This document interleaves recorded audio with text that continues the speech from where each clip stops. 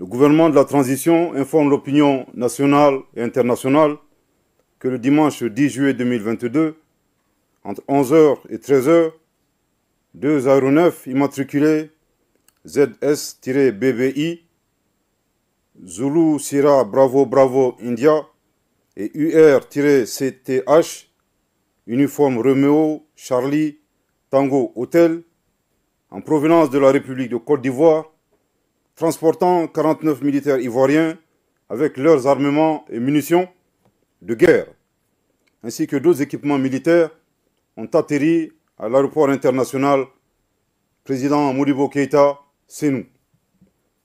Grâce au professionnalisme des forces de défense et de sécurité maliennes, il a été établi que les 49 militaires ivoiriens se trouvaient illégalement sur le territoire national du Mali. Par conséquent, ils ont été immédiatement interpellés et leurs armements, munitions et équipements ont été saisis. Des premiers constats effectués, il ressort que 1. Ces militaires, dont une trentaine de forces spéciales, étaient en possession d'armes et de munitions de guerre, sans ordre de mission ni autorisation. 2. La profession réelle des militaires était pour la plupart dissimulée. Sur la majorité des passeports des militaires interpellés, les professions inscrites étaient les suivants: étudiants, chauffeurs, maçons, mécaniciens, vendeuses, électriciens, vigiles, peintres, et j'en passe. 3. 4 versions différentes ont été avancées par les militaires interpellés pour justifier leur présence sur le territoire national, à savoir une mission confidentielle, la rotation dans le cadre de la MINUSMA, la mission multidimensionnelle intégrée des Nations Unies pour la stabilisation du Mali, la sécurisation de la base logistique de la compagnie aérienne Sahelian Aviation Services et la protection du contingent allemand. Pour en savoir davantage, des responsables des forces de défense et de sécurité maliennes ont contacté immédiatement leurs homologues ivoiriens. Ces derniers ont affirmé qu'ils ignoraient tout de la présence des militaires ivoiriens interpellés au Mali. Le gouvernement de la transition rappelle que dans un cas comme dans l'autre des versions avancées par les militaires étrangers interpellés, le déploiement du personnel militaire ainsi que de leurs armements est rigoureusement encadré par des procédures qui n'ont pas été respectées. En outre, interrogée par les autorités maliennes, la MINUSMA a indiqué qu'elle n'avait pas de rotation prévue le 10 juillet 2022. Le gouvernement de la transition, après une analyse des faits et sans préjuger de la suite qui sera réservée à cette affaire par les autorités judiciaires, a relevé les manquements et infractions suivants. 1.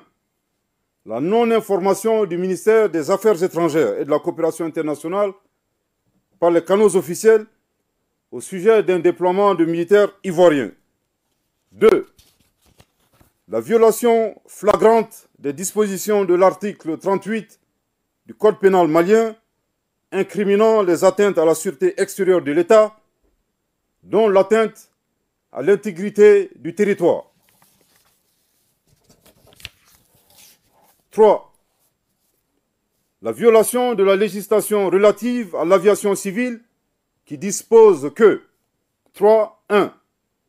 Tous les vols ont l'obligation de produire le manifeste passager et le manifeste cargo avant le décollage. 3.2. Le manifeste doit faire ressortir l'identification de l'ensemble des passagers de chaque vol. 4.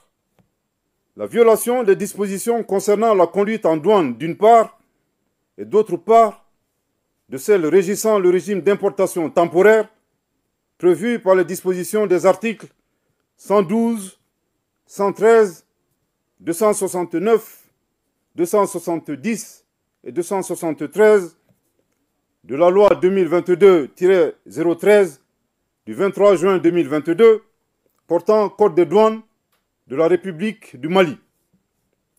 Au regard de ces manquements et infractions commis dans le cadre du déploiement de ces 49 militaires ivoiriens, le gouvernement de la transition les considère comme des mercenaires, tels que définis par la Convention de l'OUA sur l'élimination du mercenariat en Afrique.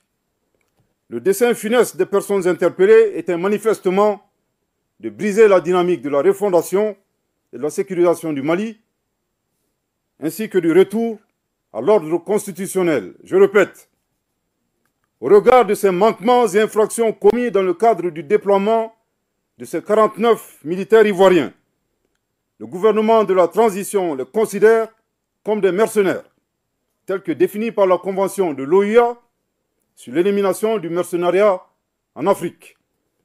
Le dessein funeste des personnes interpellées était manifestement de briser la dynamique de la refondation et de la sécurisation du Mali, ainsi que du retour à l'ordre constitutionnel. Je répète pour une dernière fois.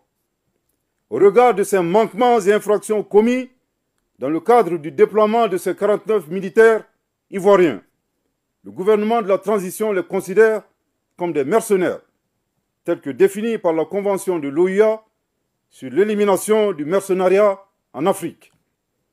Le dessein funeste des personnes interpellées était manifestement de briser la dynamique de la refondation et de la sécurisation du Mali, ainsi que du retour à l'ordre constitutionnel.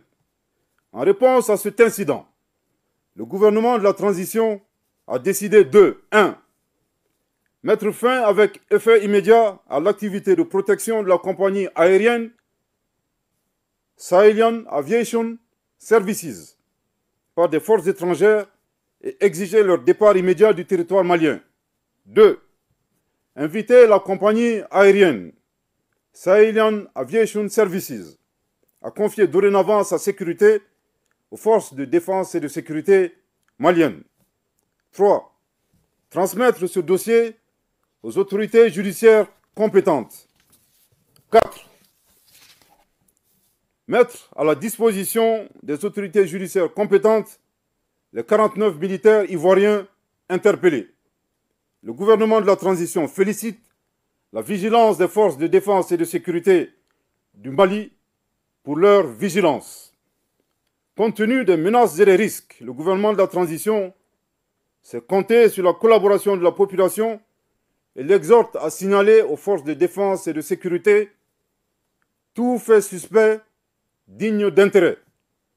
Le gouvernement de la transition, soucieux de la préservation des relations séculaires entre le peuple malien et le peuple ivoirien, est solidaire des autorités ivoiriennes, certainement troublé par la présence illégale des 49 militaires ivoiriens au Mali, à l'insu et sans l'autorisation valable des autorités ivoiriennes. Le gouvernement de la transition voudrait également compter sur la coopération avec la République sœur de Côte d'Ivoire afin que toute la lumière soit faite sur cette affaire. Que Dieu bénisse le Mali, fait à Bamako le 11 juillet 2022. Merci de votre très aimable attention.